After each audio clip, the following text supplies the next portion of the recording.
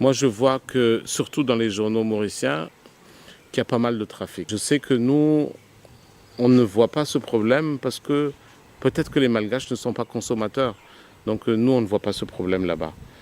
Mais j'entends qu'il y a des Malgaches dealers qui sont financés par des Mauriciens. Donc ça, je pense qu'il faut que la police mauricienne aille à Madagascar. Vous savez, ces problèmes de drogue-là sont des problèmes très profonds. Moi, je dis tout simplement, c'est très facile, mais très facile d'avoir une coopération entre nous sur le problème lié à la drogue. C'est très facile. C'est inacceptable qu'il n'y ait pas plus d'approches, des réunions, même mensuelles. Hein.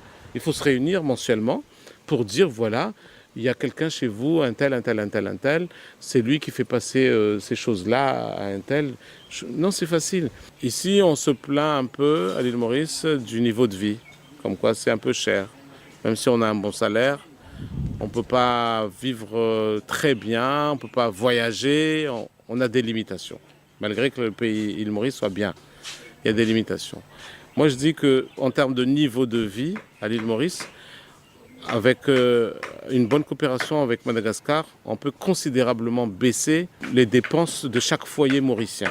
Avec quoi? Avec la nourriture chez nous. Si on achète les fruits et légumes à Madagascar et même la viande et le poulet, ça ne coûte pas cher du tout et c'est une solution pour les Mauriciens et les Mauriciennes. Et avec ça, moi je dis que nous, on va donc exporter. On peut même avoir de l'investissement de l'île Maurice pour produire des fruits et légumes ou faire de l'élevage chez nous. C'est vraiment une solution.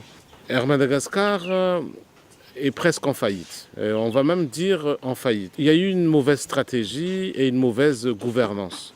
La mauvaise stratégie, c'est d'avoir, sur le plan technique, d'avoir acheté par exemple un Airbus A340. On sait que c'est un Airbus qui a 4 réacteurs, ça consomme. On a développé une ligne en Chine, mais à chaque fois, chaque année, chaque voyage, ça perdait de l'argent. Donc du coup, on a fermé la ligne sur Guangzhou, alors que vous savez que Air Mauritius va sur Guangzhou et gagne de l'argent. Et nous, on a aussi développé la ligne Paris-Madagascar avec l'Airbus 340 qui perd aussi de l'argent. Donc on perdait 12 millions de dollars par an sur la ligne Paris-Madagascar et 5 millions de dollars par an sur la ligne Guangzhou-Madagascar. Donc ça fait 17 millions de dollars. Donc du coup, il faut tout de suite prendre les décisions. Donc le gouvernement a pris une décision de privatiser une partie de la compagnie.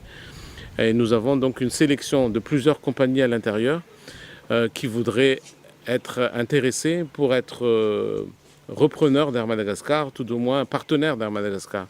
Donc on a Air Austral qui est parmi les candidats, Air Mauritius parmi les candidats.